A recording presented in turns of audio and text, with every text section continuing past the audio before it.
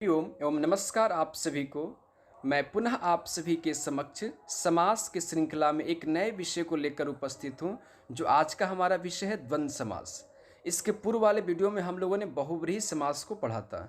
आज हम द्वंद्व समास को पढ़ेंगे। द्वंद्व समास को प्रारंभ करने से पूर्व आपसे यह निवेदन है कि इस वीडियो को अंतिम तक देखें और इसी समास से संबंधित कुछ अंतिम में प्रश्न दिए गए हैं, उन प्रश्नों को आप खुद ब खुद सॉल्व करें और अंतिम स्लाइड में उसी प्रश्न के उत्तर भी दिए गए हैं।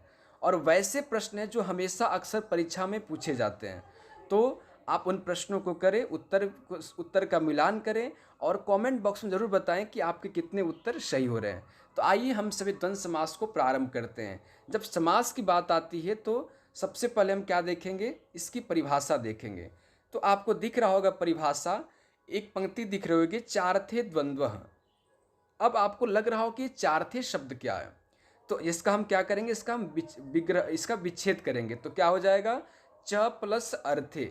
च मतलब क्या होता है, संस्कृत में च मतलब और होता है, तो इसका हिंदी अर्थ क्या हो जाए कि और अर्थ में द्वंद्व समास का प्रयोग होता है। अब इसका हिंदी भी लिखा गया, अर्थात च के अर्थ में सुबंत, सुबंत अर्थात संज्ञा पदों का जो समास होता है उसे क्या कहते हैं, उसे हम द्वंद्व समास कहते हैं।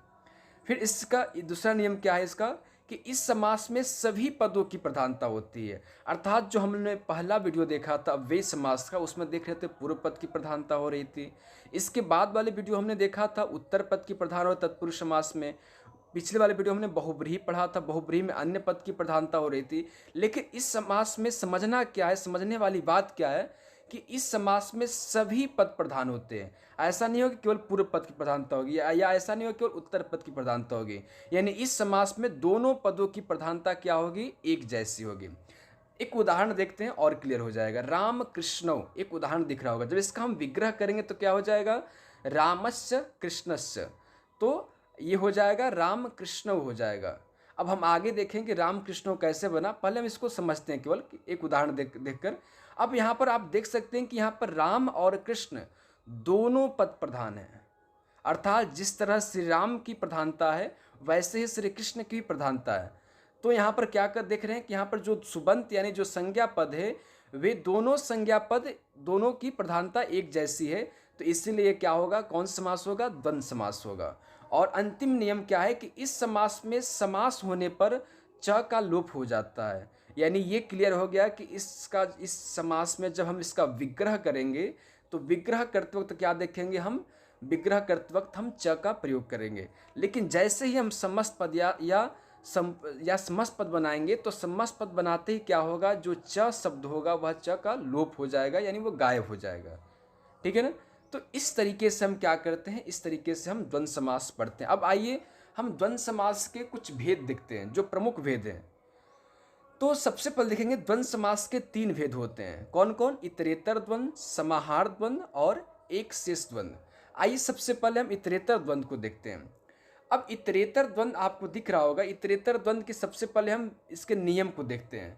तो इतरेतर द्वंद्व में क्या है, पदों के वचन के अनुसार ही, पद मतलब कि शब्दों के, तो शब्दों के वचन के अनुसार ही वचन तथा अंतिम पद जो होगा, यानी जो इस समास में जब हम विग्रह करेंगे जो अंतिम पद होगा, तो अंतिम पद का जो लिंग होगा, यानी अंतिम पद यदि पुल्लिंग होगा या अंतिम अंतिम पद स्त्रीलिंग होगा या नपुंसक लिंग होगा, तो उसी के अनुसार समस्त पद का भी लिंग होगा। आइए एक उदाहरण देखते हैं, उदाहरण से और क्लियर हो जाएगा। सबसे पहला उदाहरण है रामः च लक्ष्मणः च। अब आपको दो उदाहरण दिख रहा होगा, रामः च लक्ष्मणः च।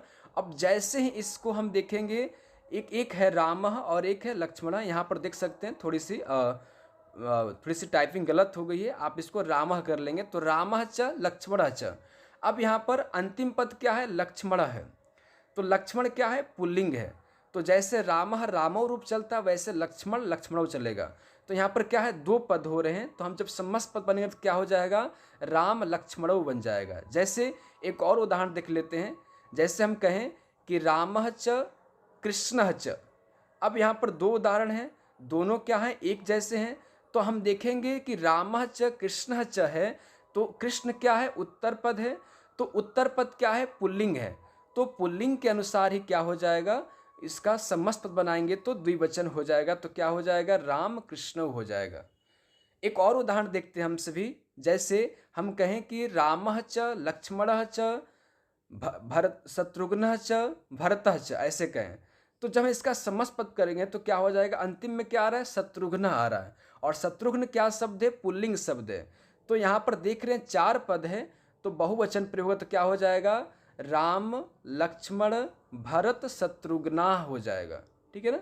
तो ऐसे ही हम क्या करेंगे, इसका हम विग्रह करेंगे और समास पद बनाएंगे। दूसरा उदाहरण आपको दिख रहा होगा, दीनम च रजनी च।